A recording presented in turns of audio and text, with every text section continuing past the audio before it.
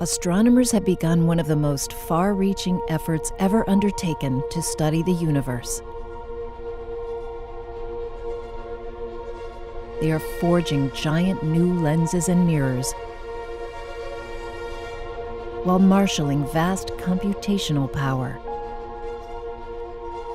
These new technologies are at the center of a historic quest to peer into the deepest recesses of time. To find out how the universe set the stage for galaxies and worlds like ours. In an era known as the Cosmic Dawn.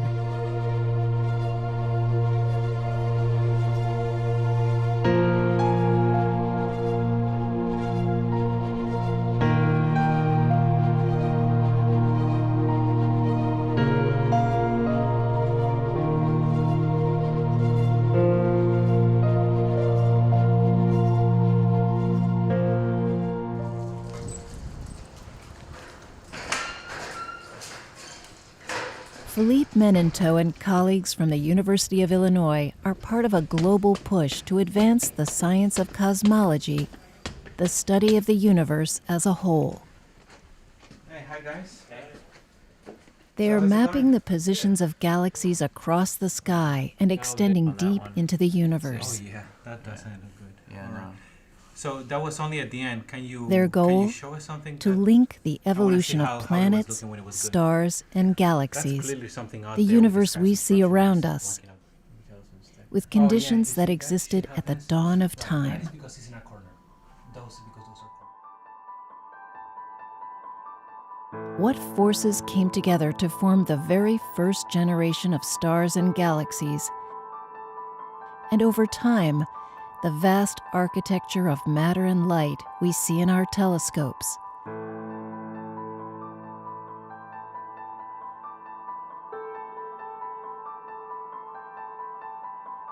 Only a century ago, astronomers debated whether the universe is confined to a giant rotating disk of stars, dust, and gas, the Milky Way, or whether our galaxy is one of many so-called island universes.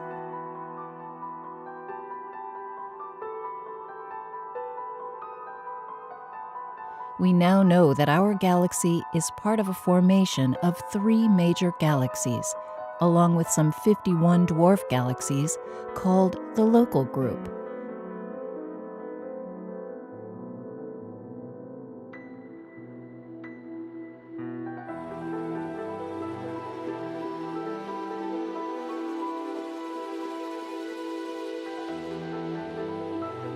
The local group is bound by gravity to a much larger formation, the Virgo cluster, with up to 2,000 galaxies.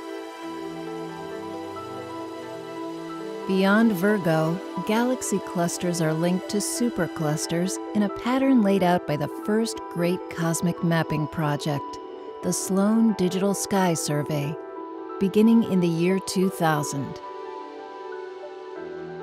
As the Sloan data shows, superclusters are connected to each other by streams or filaments of galaxies, bounded by immense empty regions. To understand how the universe got this way, astronomers must identify its basic components of matter and energy.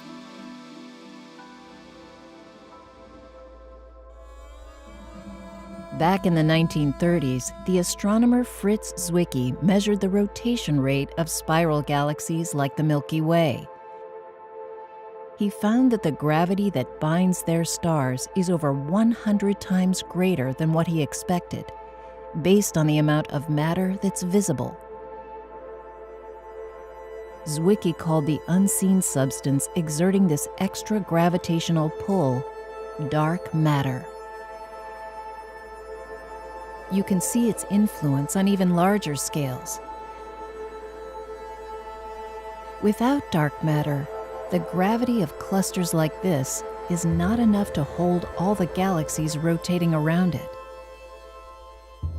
In this case, dark matter acts as a lens, magnifying and distorting the light of galaxies in the deep background and causing them to appear as blue arcs.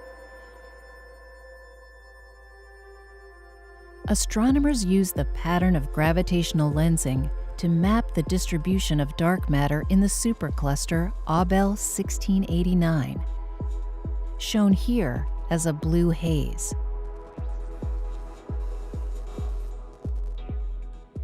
On a large scale, galaxy structures like these are a measure of how much dark matter there is. One of the tools that we have in cosmology to pin down the kind of universe that we live in is the growth of the structures. These are giant systems with hundreds to thousands of galaxies. And these systems, these ones that are particularly big, are very, very rare. And the number of those that you can find as a function of cosmic time, from here to the past, depends. It's a very strong prediction of the universe that we live on. This computer model shows the role dark matter has played in shaping the contours of the universe. Not long after the Big Bang, gravity began to amplify slight initial variations in the distribution of dark matter. Regions of the highest density attracted enough visible matter to form galaxy clusters and the largest superclusters. Even as astronomers struggled to define what dark matter is, they discovered another mysterious and powerful influence on cosmic evolution. In the late 1990s, two groups of astronomers asked whether there's enough dark matter out there to one day slow or even halt the expansion of the universe. Using the Hubble Space Telescope, along with ground-based telescopes, the team set out to track the rate of cosmic expansion through the entire history of the universe. They did this by searching deep space for a particular type of exploding star. Called a Type 1a supernova, it often begins with two stars in a close orbit, one of which draws gas from its companion. When it gains enough mass, it undergoes a runaway nuclear reaction and explodes.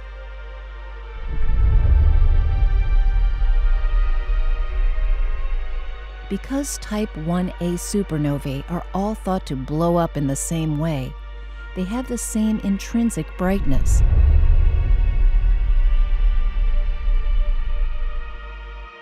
That makes them ideal for measuring cosmic distances.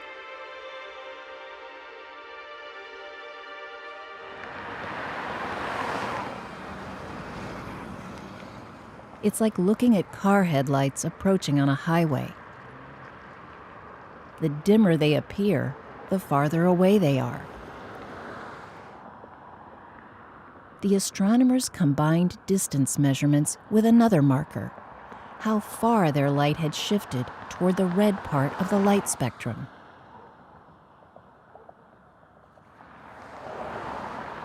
The greater this redshift, the more the universe had expanded since the star exploded.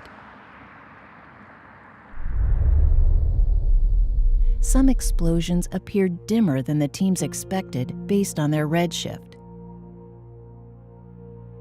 That meant their light had traveled farther than it should have, given a constant rate of expansion. This finding led the two teams to conclude that in the deep past, the universe was slowing down. But to reach its current size, it must have then sped up. Scientists now believe the universe is dominated not by matter we can see, nor by the mysterious gravitational presence, dark matter. It's something else, pervasive and powerful enough to cause space to accelerate outward. They call it dark energy. One leading idea is that it stems from particles that well up from the vacuum of space. As the universe expands, it generates more and more dark energy. That has the effect, over large distances, of counteracting gravity and causing space to expand even faster. Spread over the vastness of the universe, it is the energy equivalent of only 5 hydrogen atoms per cubic meter. And yet scientists find that dark energy accounts for 68% of the entire cosmic matter energy budget, with dark matter at 27% and ordinary visible matter less than 5%. The twin discoveries of dark matter and dark energy have thrown cosmology into turmoil and potentially into a new age of discovery. Astronomers have now launched a full-scale effort to pin down the forces and events that drove cosmic evolution, going back to the earliest times. Already, a fleet of space telescopes led by Hubble is scanning the distant universe for light sources across the electromagnetic spectrum.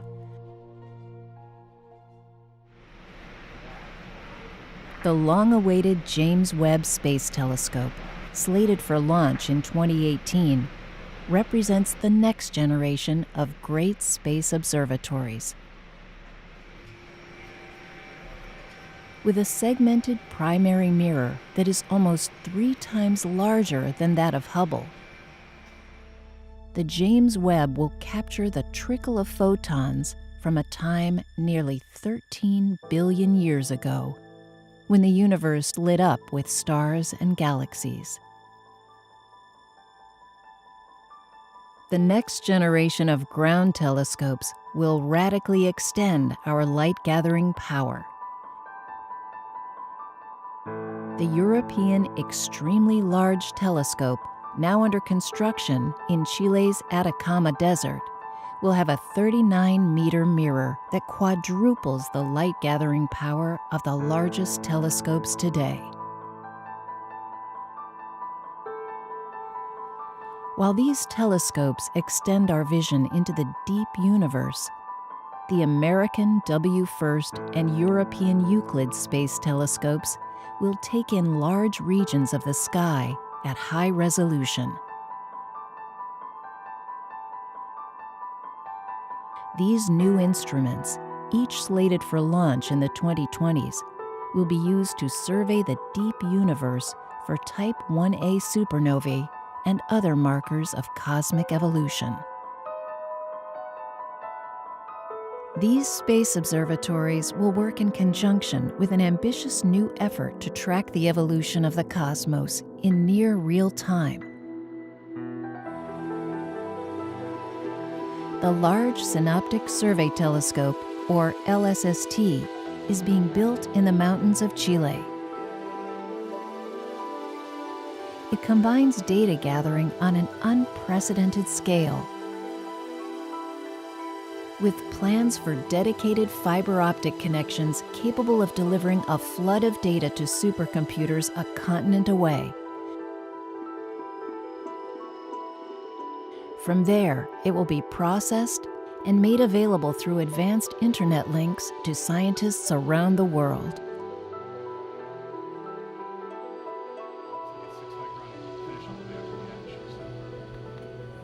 At its heart, the LSST will be outfitted with the largest digital camera ever built. I don't see any sleeps. That includes the largest lens ever built, now undergoing final polish before assembly. Good, huh? Yeah. With a It looks like field it's of view 6 the micron size of computational, 50 full moons, the telescope will observe just over half the sky visible from the Earth, to a depth of about halfway back to the beginning of time. LSST is going to take a new image of the sky in roughly every 47 seconds. And so for us to bring the picture of the sky to the world as quickly as possible, we are going to release a catalog of how the universe appears to have changed with time within 1 minute of that shutter closing. And so every 47 seconds, every night for 10 years, we're going to distribute effectively a mini worldwide data release of how the sky looks like it changed with time. And on average, LSST will image the entire southern sky roughly once every several days. Astronomers expect the telescope to record a blizzard of transient events, from asteroids buzzing through the solar system to black holes flaring up in distant galaxies and stars exploding out on the horizons of space and time. The telescope will revolutionize what scientists call time domain astronomy. Right now, there are lots of time domain surveys going on, and worldwide you might get thousands of new alerts per night of things that have changed in the sky. But LSST will change that. It is so much bigger and samples such a larger volume of space that it will have 10 million new things every night that it looks at the sky. That's 10 million every night for 10 years. And so suddenly it's a whole different ballgame, right? The scale is well beyond anything that has ever happened in time domain astronomy. It opens up space that we've never explored before. To make sense of the deluge of data, this project will make extensive use of supercomputer models designed to simulate periods in cosmic history. These powerful programs are based on theories of star and galaxy formation, the influence of dark matter and dark energy, and a host of other parameters. Scientists will use them to test theories about what drives cosmic evolution by comparing simulation results with data captured by the telescope. These data sets are so complex that we really need simulations of cosmic evolution to even understand and analyze the data, let alone interpret them. The computations really translate our theories of dark energy, dark matter, cosmic evolution into observables that we can then go out and test with our observations. The LSST project will build upon previous large-scale cosmic surveys. The Sloan Digital Sky Survey has mapped galaxies out to 1/3 the distance to our visible horizon. Astronomers are now leaping beyond that with a project based on a summit across the canyon from LSST. It's called the Dark Energy Survey. Here, at a dedicated 4-meter telescope, Felipe Menento and colleagues are pioneering new systems and procedures for mining the light of deep space. 515-473. 515-473? Yeah. Because of the time it takes for the light of distant objects to reach us, No. when these astronomers look deep into the cosmos, they are looking back in time. We are looking back in time, kind of like an archaeologist, like digging deeper into the ground. And at each one of these epochs, we are kind of like seeing the relic, the fossils that were left. So we cannot follow a galaxy back in time, but we can actually take snapshots of populations at different cosmic times and see how they have been changing since early on until today. Yeah, but the thing is that, under this, there are... No, you're not that. You're like 2016. The telescope captures the light of stars and galaxies across the electromagnetic spectrum, from high-energy ultraviolet to low-energy infrared. These colors reveal important galaxy characteristics, such as the rate of star birth, the amount of dust or gas within them, their distance from Earth.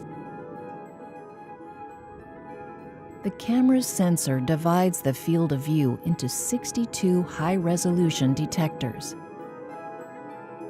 Each one captures countless thousands of celestial objects, some bright and well-known, others too subtle to see with your eye.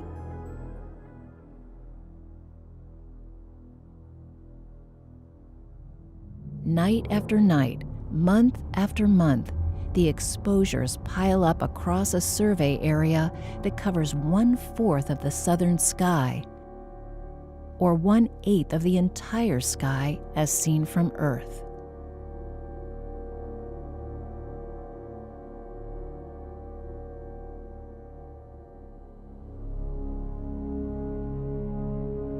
With data from the Dark Energy Survey combined with a much larger LSST survey, scientists will create a 3-dimensional map of galaxies going back to when the universe was half its current age.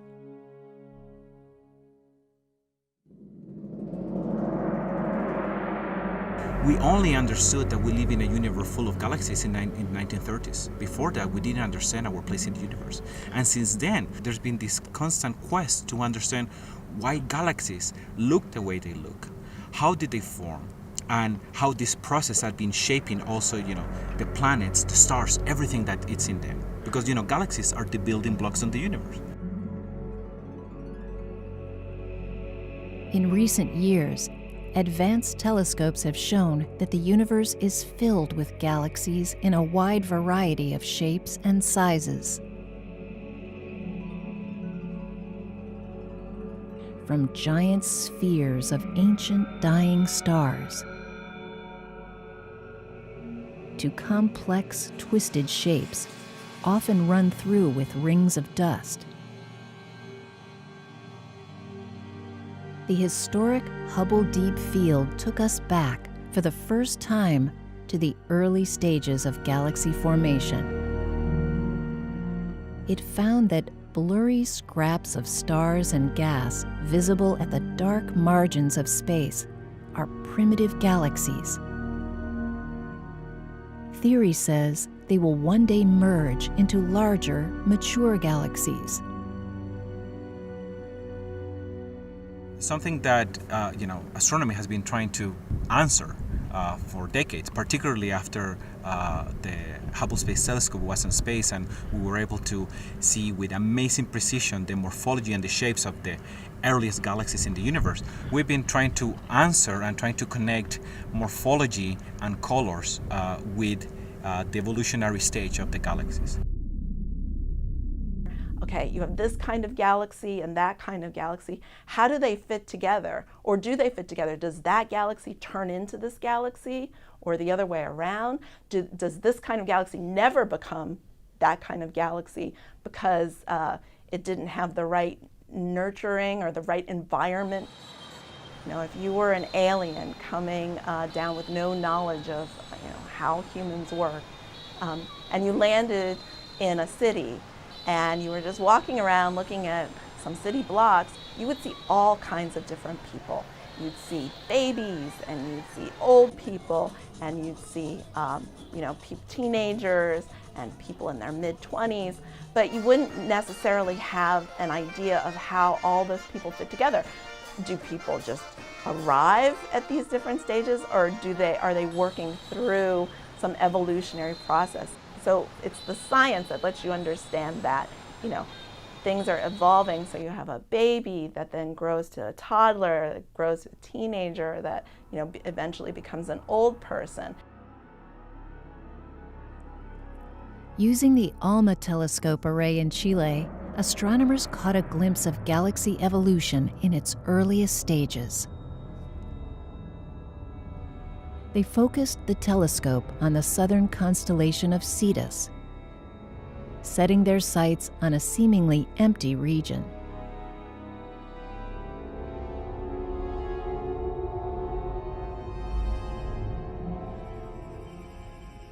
Deep within it, about 3.5 billion light-years from Earth, lies the galaxy cluster Abell 2744.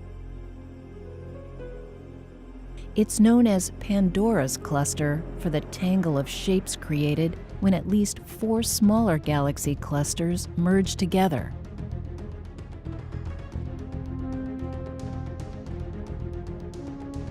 To one side, astronomers found a faint, ghostly shape that had been magnified by dark matter within the cluster.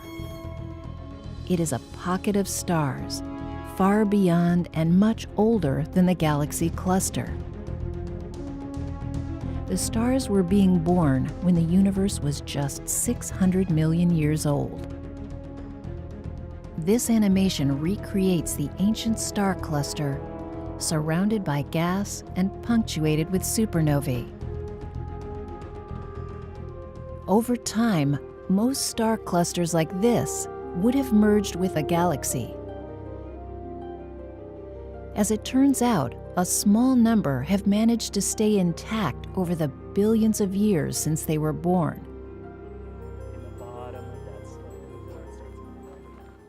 Finding them within their original dark matter cocoons has become a passion for these members of the Dark Energy Survey, Alex Derlika-Wagner and Keith Bechtel. There are expectations from this model of galaxy formation for the existence of many of these small dark matter clumps in the halo of the Milky Way. And so while this was an expectation that was put forth basically from simulations, there were very firm predictions about if this paradigm were correct, how many dwarf galaxies DES should find.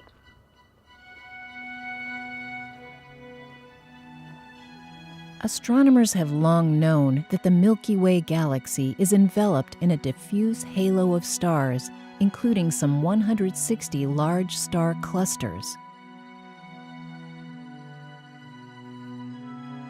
M15 is one of the densest known. Gravitational interactions among its stars have caused them to pack in tightly.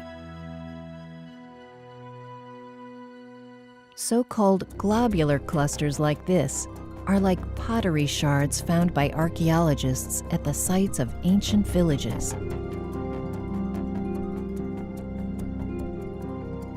One, called Turzan 5, has even managed to survive a fall into our Milky Way. It contains a population of relatively metal-poor stars that would have been born 12 billion years ago.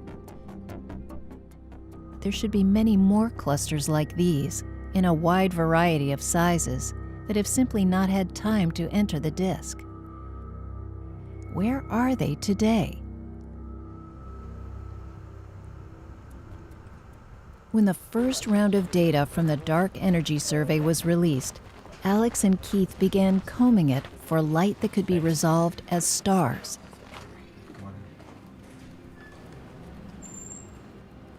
They saw what they were looking for.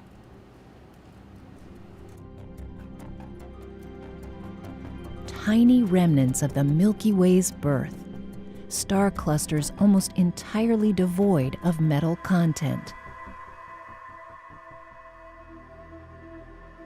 These dwarf galaxies turned out to be dark matter rich, with about 10 times the ratio of dark to visible matter as seen in the galaxy as a whole.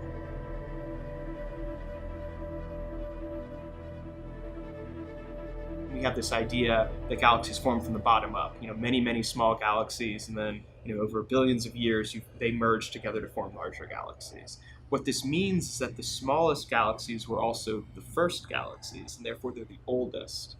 And when you actually look at these dwarf galaxies and you study the properties of their stars, you find that the stars are very, very old, that most of them formed over 10 billion years ago. This realization is central to cosmology's quest to link the early stages and growth of galaxies to cosmic evolution on the largest scales. That quest points to the ingredients of matter and energy that produced the very first stars at the cosmic dawn.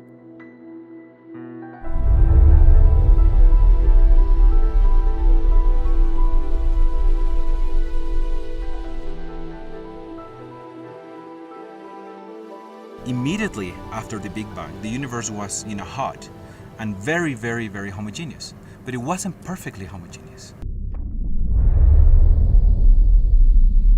In fact, astronomers have found a telltale pattern in light emitted when the universe was just 300,000 years old, the so-called cosmic microwave background. In this image from the European Planck satellite, the colors indicate hot and cold patches produced by tiny variations in the energy of the Big Bang. These small fluctuations, these small variations of matter then got amplified by gravity. And these tiny variations, this tiny clumping of matter were the seeds of the galaxies that we see today. And this is crucial.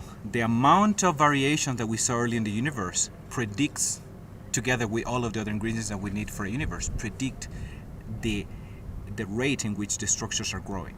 Meaning the number of clusters of galaxies, the number of superclusters, the shapes of the cosmic wave is determined by that initial imprint. To trace the evolution of this imprint, scientists are using a supercomputer model to recreate the eruption of stars and galaxies in the cosmic dawn. It begins in the darkness of the early universe, barely 6 million years after the Big Bang.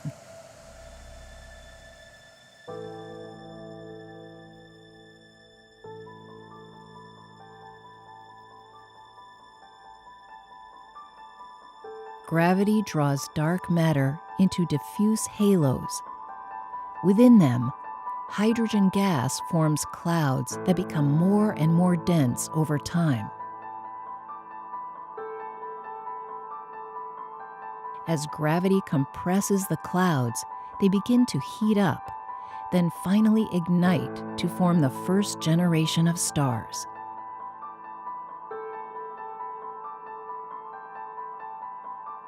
These stars are giants, much larger than any today. One blows up in a powerful supernova. The model shows an environment transformed by the explosion. The supernova litters its surroundings with heavier elements created in nuclear fusion. Carbon, silicon, iron, and more. These so-called metals cause surrounding clouds of hydrogen to cool. That allows them to collapse. Turbulence breaks them into smaller pockets. A cluster of smaller second-generation stars now begins to form.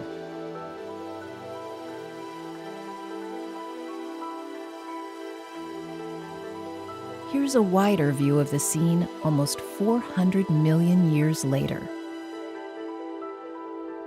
From data generated by the simulation, scientists are working to isolate the dynamics of galaxy evolution. Stars are being born where filaments of gas, shown in blue, come together.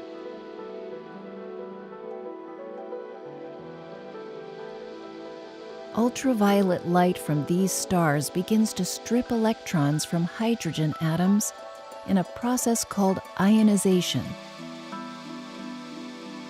That causes surrounding regions to glow with visible light. The ionized gas appears as bubbles. They're associated with pockets of elevated temperatures, shown in red, as well as high concentrations of metals spread by supernovae, shown in green. The simulation reveals a dynamic that shaped the course of cosmic history. Heating from ionization tends to push the gas out. That suppresses the rate of star birth. Metals, on the other hand, allow pockets of gas to cool and fall inward. That increases the rate of star birth. So instead of stars forming and collapsing immediately into galaxies, the universe becomes a wide mix of hot and cold regions, large and small star clusters, and pockets of gas amid clouds of dust rich in metals. The small dwarf galaxies that astronomers have spotted hovering above the Milky Way are relics of this early period and of the galaxy's early years. The formation of the first generation of stars, also referred to as population 3 stars, were these very massive stars to form early in the universe, polluting the intergalactic medium and the interstellar medium with unique chemical fingerprints of their own formation, different than the sorts of supernovae that we see today. And ultra-faint dwarf galaxies, we have evidence that many of them are actually fossils of this era of reionization, where some of them are thought to have formed before reionization took place. And we also have evidence from the chemical abundances of stars in the ultra-faint dwarf galaxies that the chemicals that they were enriched with may have been coming from that first generation of stars itself. The supercomputer model gives us a view of cosmic evolution advancing to an age of about 1 billion years. The scene is dominated by star birth and by star clusters merging together into larger formations. The universe continues to put the brakes on galaxy growth.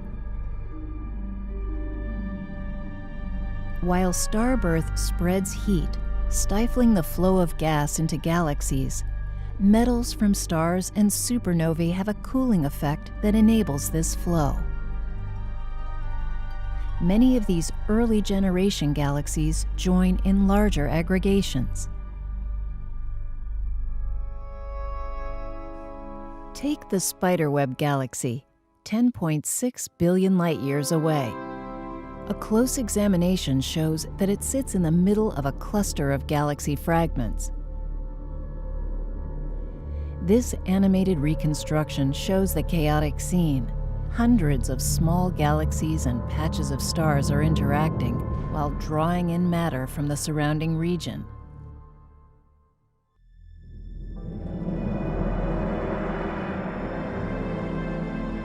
Starting in the early years of the cosmic dawn, this simulation shows a slice of the universe in a region 350 million light-years across.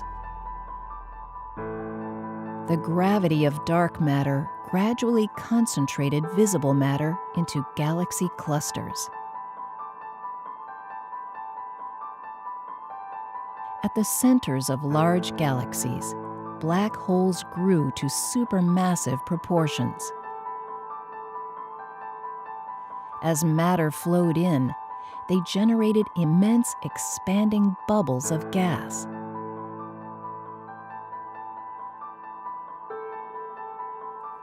These bubbles pushed beyond their galaxies, spreading waves of hot gas.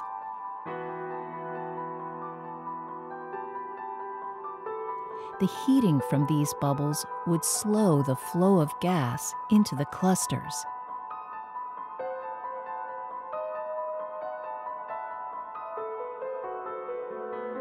That allowed smaller galaxies like ours to form on the margins.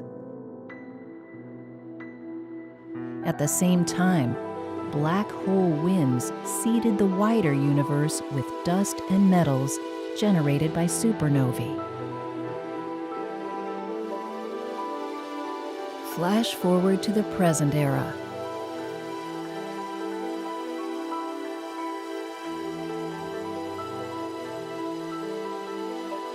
Our galaxy has by no means completed its evolution.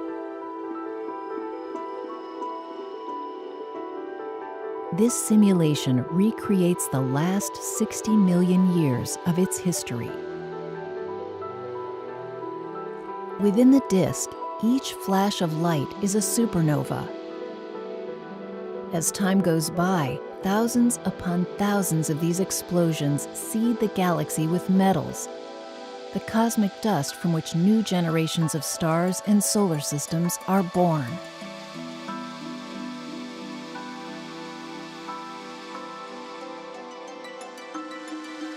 Though most of the Milky Way's stars reside within the disk, some orbit far above or below it in the galaxy's halo and occasionally pass through the disk.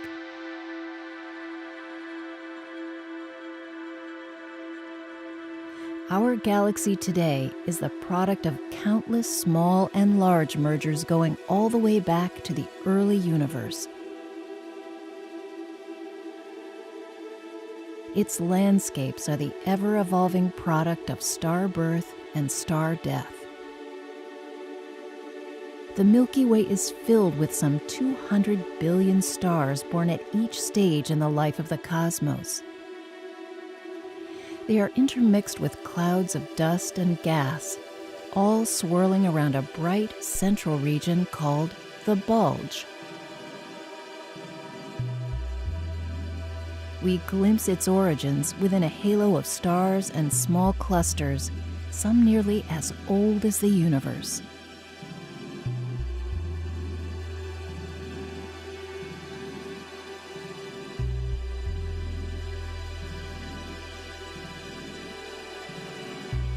From our vantage on Earth, the universe continues to reinvent itself. Okay.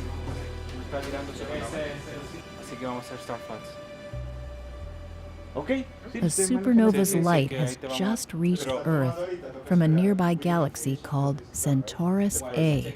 Not right now, it's taking an exposure. Okay, so yeah, let's finish that one. It's of particular interest to the astronomers. Its interaction with surrounding dust clouds can reveal the environment in which its parent star lived and died. If you're a physicist, you have a lab, and in your lab you can change the parameters of your experiment and keep testing it. When you are an astronomer, you cannot create stars, you cannot create galaxies. The universe is your lab, and you are a humble collector of light. Try 515473. 515473? Yeah. Okay. Day by day, month by month, the light of the universe rolls into the data pipeline.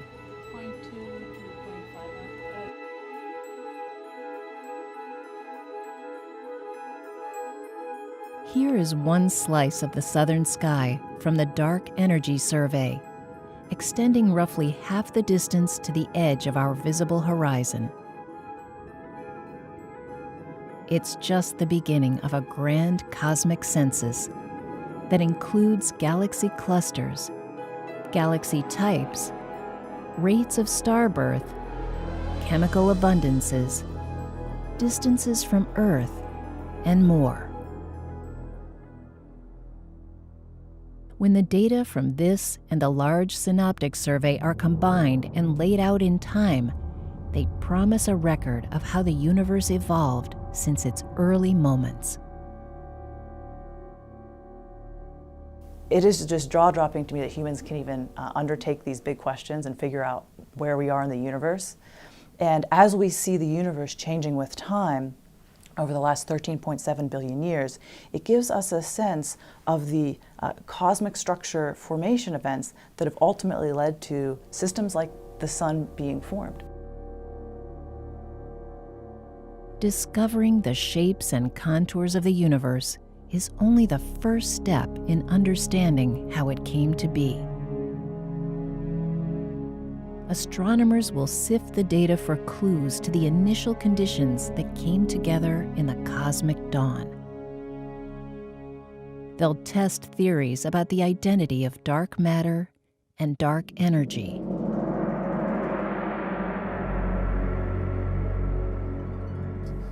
But there is also even this more fundamental question, which is, do these things even exist? I think the evidence for dark matter is quite strong. We see it really explains a number of different phenomena. Dark energy, I think, is our best current hypothesis for what It's causing the universe to speed up. But it's still on, I would say, shaky ground. Is dark energy just the energy of empty space? Or is it the energy associated with some new fundamental particle in the universe? Assuming current observations hold up, astronomers in the distant future may produce a very different cosmic map, one that reflects a universe pushed further apart by dark energy. Many of the galaxies we see today will have receded beyond our horizons, becoming invisible from Earth. Our own Milky Way will remain intact, still enveloped in the dark matter that spawned it. Its halo will become increasingly entwined with that of the Andromeda Galaxy, our larger neighbor.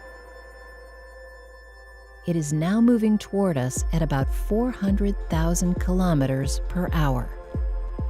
When the two meet, several billion years from now, their interaction will dominate our night skies. From a point of view unique to their time, those future astronomers will look out at the horizon and ask, how did it all come to be? Where does it end? We ask the same questions today based on our point of view at this moment in cosmic history. Our technologies are allowing us to see nearly to the beginning of time and to track the behavior of the universe on the largest of scales. And yet, the more we see, the deeper the mysteries become.